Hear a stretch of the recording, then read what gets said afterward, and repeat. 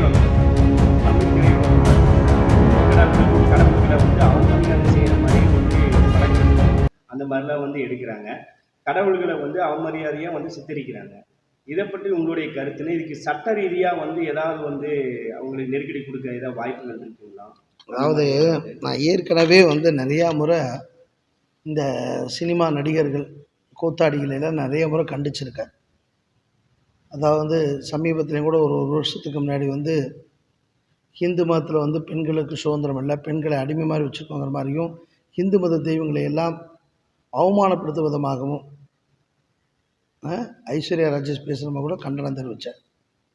அப்புறம் பல்வேறு சினிமா நடிகர்கள் பேசும் பொழுதும் காட்சிகளை எல்லாம் பல நாட்களாக எப்பாவது ஒரு ஜோக்கு கிண்டல்லாம் வந்து சாமியாரில் தான் காமிக்கிறது.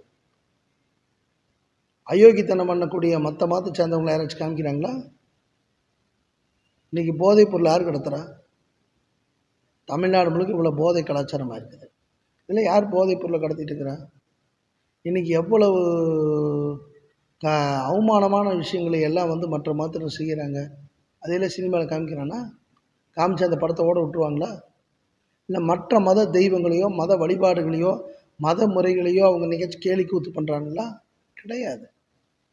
பொதுவாக வந்து தமிழக சினிமாக்கள் வந்து எப்படி இருந்தாங்கன்னா, தமிழக சினிமாக்கள் தான், மற்ற சினிமாக்களை சொல்ல முடியாது. மற்ற சினிமாக்கள் கொஞ்சம் இந்து மதத்துக்கு மேலே மரியாதையாக இருக்குது.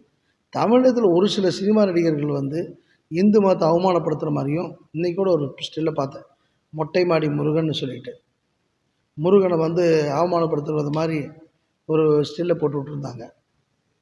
ஆர்ஜே பாலாஜின்னு நினைக்கிறவர் படம் எடுத்திருக்காரு.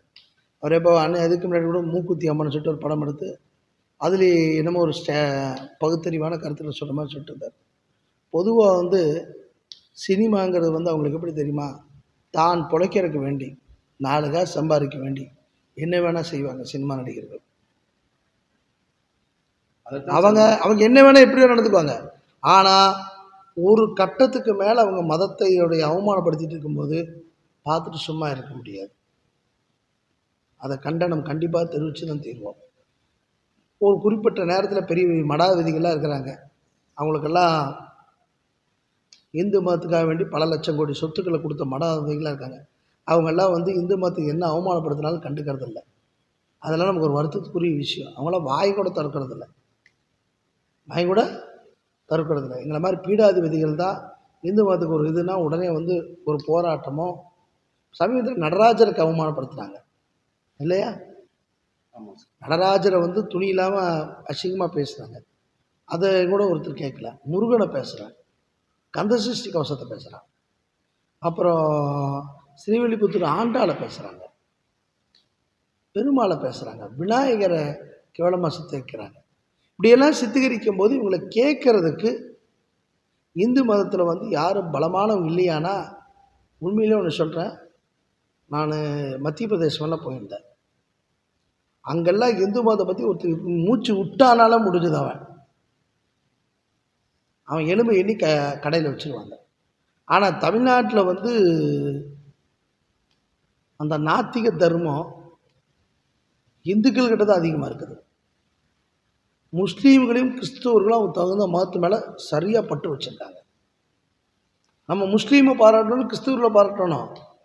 அவன் மதத்தை பற்றி எதோ ஒன்று பேசுகிறோம் சும்மா விட மாட்டான்.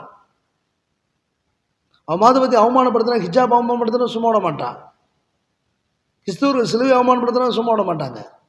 ஆனால் இந்து மதத்தை என்னதான் தெய்வத்தை அவமானப்படுத்திட்டோம், எவ்வளோ மோசமாக இருக்கட்டும், இத்தனை முருகன் கோயிலுக்கு பாத யாத்திரை போகிறாங்க, சிவன் கிரிவலத்துக்கு இத்தனை லட்சம் பேர் போகிறாங்க, சிவன் ஆலயத்துக்கு நடராஜரை கும்பிட்றாங்க, திருச்செந்தூர் முருகன் கோயில் அத்தனை கூட்டம். இப்படி தெய்வத்தையெல்லாம் அவமானப்படுத்தி சொல்லும்போது வாய் கூட திறக்க மாட்டாங்க ஃபேஸ்புக்கில் வாட்ஸ்அப்லலாம். இவங்களே இந்துக்களானே எனக்கு சந்தேகமாக இருக்குது. அவங்கள பொறுத்தவரை அவங்க கஷ்டத்தை போய் கடவுள்கிட்ட சொல்கிறாங்க. கடவுள் எப்படி இவங்க கஷ்டத்தில் ஏற்றுக்குவாங்க? நடராஜரை பற்றி பேசணுன்னா தமிழ்நாட்டில் இருக்கிற அத்தனை கோடி இந்துக்களும் வெளியே வந்திருக்கணும் இல்லை? தெல்லை எம்பளை நடராஜனை பேசும்போது அத்தனை வந்து சிவனடியார்கள் தானே வந்து போராட்டம் நடத்துனாங்க. இதெல்லாம் வந்து வேதனைக்குரிய விஷயம். இப்பவும் சொல்கிறேன், எதை விதைக்கின்றாயோ அதை அறுவடை செய்கிறான் என்பது போல் இந்து மதத்தை யாரெல்லாம் அவமானப்படுத்துவதுமாக திரையுலகத்தில் செய்கிறாங்களோ அந்த கூத்தாடிகளுக்கெல்லாம் ரொம்ப மோசமான தண்டனை வரும். ஒரு சிரிப்பு நடிகர் அப்படித்தான், எப்போ பாரு இந்து மத சின்னத்தை வந்து அவமானப்படுத்திட்டே இருந்தார். அவருக்கு கண்ணு முன்னாடியே அவர் மகன் செத்தான், கடைசியில் அந்த ஆளு ஹார்ட் அட்டாக்ல செத்தான். இப்படி தான் நடந்தது. அதனால் நான் இப்போ சொல்கிறேன், இந்து மதத்தை யாரெல்லாம் அவமானப்படுத்துகிறாங்களோ அவங்களுக்கெல்லாம் துஷ்டமான விஷயங்களையும் சோகமான விஷயங்களையும் கடவுள் தருவார்.